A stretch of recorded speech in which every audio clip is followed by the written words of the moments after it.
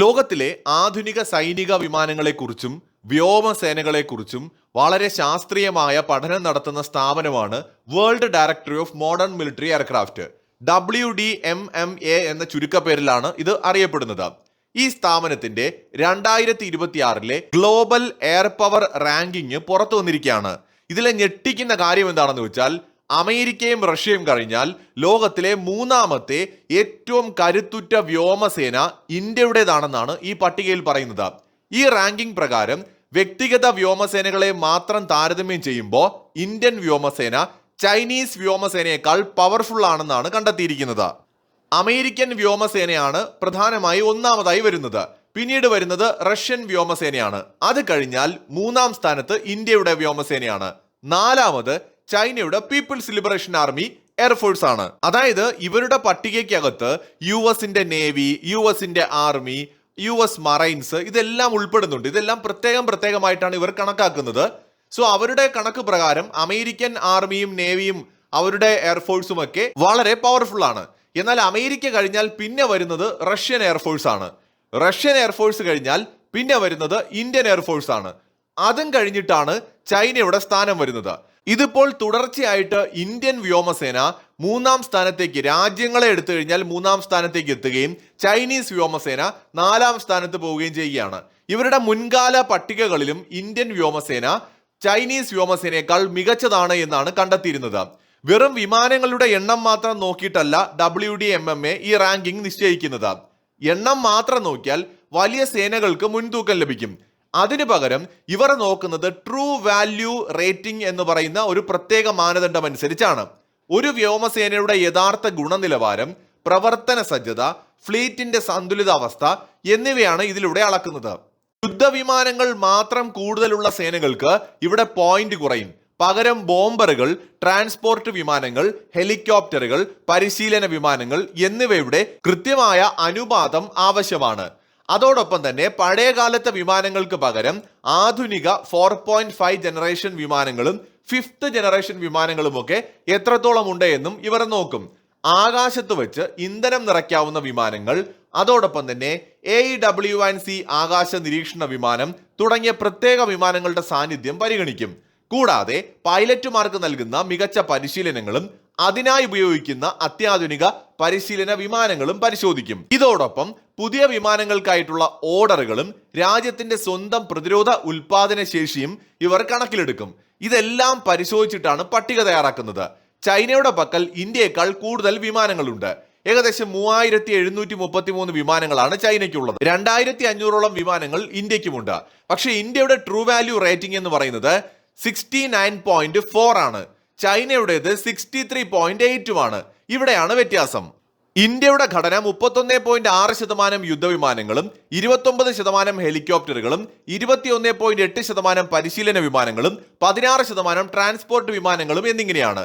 ഇത് ഏത് തരം സാഹചര്യങ്ങളെ നേരിടാൻ ഇന്ത്യയെ ശക്തമാക്കുകയാണ്. എന്നാൽ ചൈനയുടെ ഘടനയ്ക്ക് തന്നെ പ്രശ്നങ്ങളുണ്ട്. അതിനെക്കുറിച്ച് വിശദമായി നോക്കുന്നതിന് മുമ്പ് ലോകത്തെ ഏത് ലിസ്റ്റ് എടുത്ത് നോക്കിയാലും സൈനിക സാമ്പത്തിക ശക്തികളിലൊക്കെ അമേരിക്ക പലപ്പോഴും മുമ്പിലാണ്.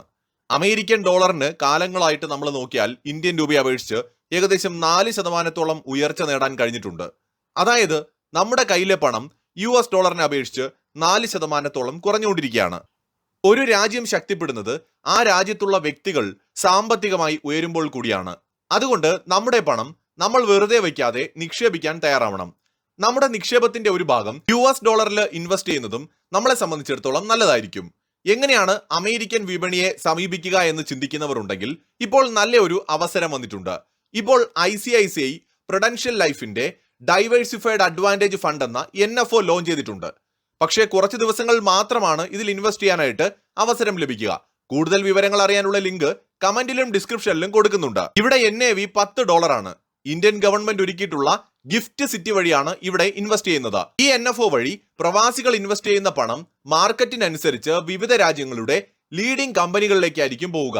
അതുകൊണ്ട് ബെറ്റർ ഡൈവേഴ്സിഫിക്കേഷനോടൊപ്പം തന്നെ ഗ്ലോബൽ റിട്ടേൺ പൊട്ടൻഷ്യലുമുള്ള ഒരു നിക്ഷേപമാണിത്. പിന്നെ എത്ര എമൗണ്ട് ഇൻവെസ്റ്റ് ചെയ്താലും കിട്ടുന്ന ലാഭത്തിന് ഒട്ടും തന്നെ ടാക്സ് അടയ്ക്കേണ്ടതില്ല. 0 ടാക്സ് ആണ്. അതുകൊണ്ട് ടാക്സ് ഡൈവേഴ്സിഫിക്കേഷനും ലഭിക്കുന്നുണ്ട്. കൂടാതെ മന്ത്ലി അടയ്ക്കുന്ന എമൗണ്ടിന്റെ 120 മടങ്ങ് ലൈഫ് കവറും ഉണ്ടാവും.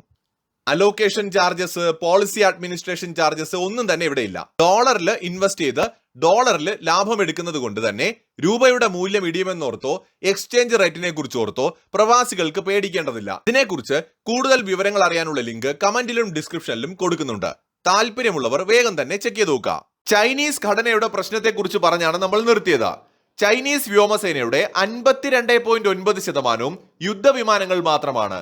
ഇത് ആക്രമണങ്ങൾക്ക് മികച്ചതാണെങ്കിലും വൈവിധ്യമാർന്ന മറ്റ് ദൗത്യങ്ങൾക്കും നീണ്ടകാല യുദ്ധ പിന്തുണയ്ക്കും പരിമിതികൾ ഉണ്ടാക്കുന്നുണ്ട്. ഇന്ത്യ തങ്ങളുടെ ആകെ വിമാനങ്ങളുടെ 22% പൈലറ്റുമാരുടെ പരിശീലനത്തിനായി മാറ്റിവെച്ചിരിക്കുന്നു. ഇത് ഇന്ത്യൻ പൈലറ്റുമാരുടെ ഉയർന്ന യുദ്ധ സജ്ജതയും കഴിവും ഉറപ്പാക്കുന്നുണ്ട്.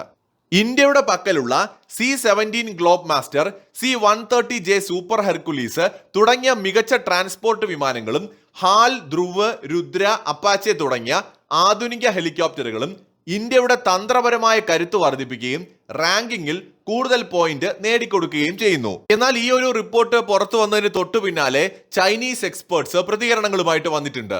ഇത് അടിസ്ഥാനരഹിതമാണെന്നും ചൈനയുടെ യഥാർത്ഥ കരുത്ത് ഇതിൽ മനസ്സിലാക്കിയിട്ടില്ല എന്നുമൊക്കെ പറഞ്ഞുകൊണ്ടാണ് അവർ വന്നിരിക്കുന്നത്. ഇന്ത്യ അവരെക്കാൾ മുന്നിലാണ് എന്ന് ഉൾക്കൊള്ളാൻ അവർക്ക് കഴിയുന്നില്ല. സാങ്കേതികമായി നോക്കിക്കഴിഞ്ഞാൽ ചൈനയുടെ കയ്യിൽ 5th ജനറേഷൻ എയർക്രാഫ്റ്റ് പോലും ഉണ്ട്. പക്ഷെ എന്തുകൊണ്ട് ഇന്ത്യ മികച്ചതാണ് എന്നത് ഓപ്പറേഷൻ സിന്ദൂർ തന്നെ ഉദാഹരണമായി എടുത്താൽ നമുക്ക് കാണാൻ കഴിയും. ഓപ്പറേഷൻ സിന്ദൂറിന്റെ സമയത്ത് പാകിസ്ഥാൻ ഒറ്റയ്ക്കായിരുന്നുവെന്ന് ആരും കരുതരുത്. പാകിസ്ഥാൻ എല്ലാ പിന്തുണയുമായിട്ട് ഇന്ത്യയെ പരാജയപ്പെടുത്താൻ ഉറക്കമൊഴിച്ച് പാകിസ്ഥാന്റെ കൂടെ തുർക്കിയും ചൈനയും ഉണ്ടായിരുന്നു. തുർക്കിയുടെ ഡ്രോൺ സാങ്കേതിക വിദ്യയും ചൈനീസ് ആയുധങ്ങളും സാറ്റലൈറ്റ് സാങ്കേതിക വിദ്യയും എല്ലാം ഉപയോഗിക്കപ്പെട്ടു.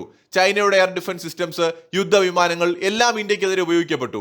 പക്ഷെ എന്നിട്ടും ഇന്ത്യ തന്ത്രപരമായിട്ട് ഓപ്പറേഷൻ സിന്ദൂറിന്റെ സമയത്ത് പാകിസ്ഥാനെ പരാജയപ്പെടുത്തുന്നതാണ് ലോകം കണ്ടത്. അപ്പൊ നമ്മുടെ കൈവശം എന്തുണ്ട് എന്നത് മാത്രമല്ല, നമ്മൾ അതിനെ എങ്ങനെ ഉപയോഗിക്കുന്നു എന്നതും പ്രധാനമാണ്. ഇപ്പോ S-400 റഷ്യയുടെ കയ്യിലുമുണ്ട്, ഇന്ത്യയുടെ കയ്യിലുമുണ്ട്. S-400 ഉള്ള റഷ്യയുടെ പല വളരെ പ്രധാനപ്പെട്ട കേന്ദ്രങ്ങളിലും യുക്രൈൻ ആക്രമണം നടത്തിയിട്ടുണ്ട്. ഇന്ത്യയുടെ കയ്യിൽ എന്തായാലും റഷ്യയുടെ കയ്യിലുള്ള അത്രയും എണ്ണം S-400 ഇല്ല. പരിമിതമായിട്ടുള്ള എണ്ണമേ നമ്മുടെ കയ്യിലുള്ളൂ. പക്ഷെ നമ്മൾ തദ്ദേശീയമായി വികസിപ്പിച്ചെടുത്ത ആയുധങ്ങളും നമ്മുടെ കൈവശമുള്ള കൺട്രോൾ ആൻഡ് കമാൻഡ് സിസ്റ്റത്തിന്റെ സഹായത്തോടെ നമ്മൾ വളരെ ഫലപ്രദമായിട്ട് ശത്രുവിന്റെ നീക്കങ്ങളെ പ്രതിരോധിച്ചുകൊണ്ട് വളരെ തന്ത്രപരമായ തിരിച്ചടി കൊടുത്താണ് ഓപ്പറേഷൻ സിന്ദൂർ സമയത്ത് വിജയം കൈവരിച്ചത്. ഇത് തന്നെയാണ് ഈ ഒരു റേറ്റിംഗിൽ നമ്മൾ മനസ്സിലാക്കേണ്ടത്. നമ്മുടെ കയ്യിൽ കുറെ ആയുധങ്ങൾ ഉണ്ടായതുകൊണ്ടോ അല്ലെങ്കിൽ കുറെ എണ്ണം ഉണ്ടായതുകൊണ്ടോ മാത്രം ഇന്നത്തെ യുദ്ധങ്ങളിൽ ജയിക്കാൻ പറ്റില്ല, അല്ലെങ്കിൽ അതുകൊണ്ട് മാത്രം ഒരു രാജ്യം വലിയ കരുത്തരാണെന്നൊന്നും പറയാൻ പറ്റില്ല. ഇറാനുമായിട്ടുള്ള യുദ്ധത്തിൽ അമേരിക്ക വളരെ വലിയ സമ്മർദ്ദങ്ങൾ നേരിടുന്നത് ലോകം കാണുന്നുണ്ട്. വലിയ ശക്തിയൊക്കെയാണ്. അപ്പൊ നമ്മൾ ഈ യുദ്ധം എങ്ങനെ ചെയ്യുന്നു, എവിടെ തുടങ്ങുന്നു, എവിടെ നിർത്തുന്നു, എങ്ങനെ പ്ലാൻ ചെയ്യുന്നു, എന്തെല്ലാമാണ് അതിനായിട്ട് നമ്മുടെ കയ്യിലുള്ളത്. ഇപ്പോൾ ചൈനയുടെ കാര്യത്തിൽ നമ്മൾ നേരത്തെ പറഞ്ഞ പോലെ യുദ്ധവിമാനങ്ങളുടെ എണ്ണം കൂടുതലായിട്ടുണ്ട്. പക്ഷേ അതിനനുബന്ധമായ വേണ്ട സംവിധാനങ്ങൾ താരതമ്യേന കുറവുമാണ്. അതിന്റെ ആനുപാതികം എടുക്കുമ്പോൾ കുറവുമാണ്. ഇന്ത്യയെ സംബന്ധിച്ചിടത്തോളം ഇന്ത്യൻ എയർഫോഴ്സിന്റെ അടക്കം കൃത്യമായ ഒരു പ്ലാനിങ് അതിനകത്തുണ്ട്. അതുകൊണ്ട് തന്നെ യുദ്ധം പോലുള്ള സന്ദർഭങ്ങളിൽ ഇന്ത്യക്ക് വളരെ മികച്ച രീതിയിൽ മേൽക്കൈ നേടാൻ കഴിഞ്ഞേക്കും. ഈ റിപ്പോർട്ട് വ്യക്തമാക്കുന്നത് ഇന്ത്യൻ എയർഫോഴ്സ് ചൈനീസ് എയർഫോഴ്സിനേക്കാൾ ബെറ്റർ ആണ് എന്ന് തന്നെയാണ്. ഏതാനും 1-2 പോയിന്റിന്റെ വ്യത്യാസത്തിലുമല്ല. ഇന്ത്യയുടെ പോയിന്റ് ഇവിടെ 69.4 ആണ്. ഇന്ത്യയുടെ TVR പോയിന്റ് എന്ന് പറയുന്നത് 69.4 ആണ്. ചൈനയുടേത് 63.8 ആണ്. ചൈന കഴിഞ്ഞാൽ പിന്നെ അടുത്ത് വരുന്നത് ജപ്പാനാണ്, 58.1. വരുന്നത് ഇസ്രയേലാണ്. ഇസ്രയേലിൻ്റെ വരുമ്പോഴേക്കും 56.3 ആണ് വരുന്നത്. അത് കഴിഞ്ഞ് വരുന്നത് ഫ്രാൻസ് ആണ്, 55.3. സോ വളരെ കൃത്യമായ ഒരു പട്ടിക തന്നെയാണ് ഈ ഒരു റാങ്കിങ്ങിൽ നമുക്ക് കാണാൻ കഴിയുന്നത്. അമേരിക്കൻ എയർഫോഴ്സിന് 242.9 ആണ് അവരുടെ പോയിന്റ്. രണ്ടാമത് വരുന്ന റഷ്യക്ക് 114.2 ആണ്. മൂന്നാമത് വരുന്ന ഇന്ത്യക്ക് 69.4 ആണ്. അപ്പൊ ഇവിടെ നമ്മൾ കാണേണ്ടത് റഷ്യയുടെ കൈവശം 3676 യൂണിറ്റ് എയർക്രാഫ്റ്റുകളാണുള്ളത്. ചൈനയുടെ കൈവശം 3733 എണ്ണം ഉണ്ട്. പക്ഷെ ചൈനയേക്കാൾ ഇരട്ടിയോളം ശക്തമാണ് റഷ്യൻ എയർഫോഴ്സ് എന്ന് പറയുന്നത്. ഇന്ത്യയുടെ കാര്യം വരുമ്പോൾ ഇന്ത്യയുടെ കയ്യിലുള്ളതിനേക്കാൾ കൂടുതൽ ചൈനയുടെ കയ്യിലുണ്ട്. പക്ഷെ ചൈനീസ് എയർഫോഴ്സിനേക്കാൾ പവർഫുൾ ആണ് ഇന്ത്യൻ എയർഫോഴ്സ്. ഈ യാഥാർത്ഥ്യം ഉൾക്കൊള്ളാൻ ഈ വർഷവും ചൈനയ്ക്ക് കഴിയുന്നില്ല. കഴിഞ്ഞ തവണയും ഈ ഒരു പട്ടിക വന്നപ്പോൾ ഇന്ത്യ തന്നെയായിരുന്നു മുന്നിൽ, ചൈനയേക്കാൾ മുന്നിലായിരുന്നു. ഇത്തവണയും അങ്ങനെ തന്നെയാണ്. പക്ഷേ ചൈനീസ് എക്സ്പേർട്സിന് ഇത് ഉൾക്കൊള്ളാൻ കഴിയുന്നില്ല. അവർ ഇന്ത്യയേക്കാൾ മികച്ചതാണ് തങ്ങൾ എന്ന് സോഷ്യൽ മീഡിയയിലൂടെയും നവമാധ്യമങ്ങളിലൂടെയും അല്ലാതെ മറ്റ് മീഡിയാസിലൂടെയും ഒക്കെ ഇങ്ങനെ പറഞ്ഞുകൊണ്ടേയിരിക്കുകയാണ്. ഈ പട്ടിക ശരിയല്ല, ഇത് ഉണ്ടാക്കിയത് ശരിയല്ല. എല്ലാവർക്കും അറിയാം ഇന്ത്യയെ ചവിട്ടിത്താഴ്ത്താൻ കിട്ടുന്ന ഒരവസരവും ലോകത്തെ ഒരു ഏജൻസികളും അങ്ങനെ വെറുതെ കളയില്ല. കാരണം അവർക്ക് ഇന്ത്യയെ അക്സെപ്റ്റ് ചെയ്യാൻ ഇപ്പോഴും മടിയാണ്. ചൈന വലിയ ശക്തിയാണെന്നൊക്കെ സമ്മതിച്ചാലും ഇന്ത്യ വലിയൊരു ശക്തിയാണെന്ന് അംഗീകരിക്കാൻ മടിയാണ്. പക്ഷെ എന്നിട്ടും ഒരു വിദേശ സ്ഥാപനം നടത്തിയ പഠന റിപ്പോർട്ടിൽ ഇന്ത്യൻ എയർഫോഴ്സ് ചൈനീസ് എയർഫോഴ്സിനേക്കാൾ ബെറ്റർ ആണ് എന്നും യൂറോപ്പിനെ പോലും പിന്നിലാക്കിക്കൊണ്ട് അമേരിക്കയ്ക്കും റഷ്യയ്ക്കും പിന്നാലെ 3-ാം സ്ഥാനത്തേക്ക് എത്തി എന്നും പറയുന്നത് ഒരു വലിയ നേട്ടം തന്നെയാണ്. അത് ഉൾക്കൊള്ളാൻ ചൈനയ്ക്ക് കുറച്ച് സമയമെടുക്കും. വീഡിയോയ്ക്കിടയിൽ നമ്മൾ പറഞ്ഞ NFOയുടെ കാര്യം മറക്കേണ്ട. വളരെ നല്ലൊരു നിക്ഷേപ അവസരമാണ് വന്നിരിക്കുന്നത്.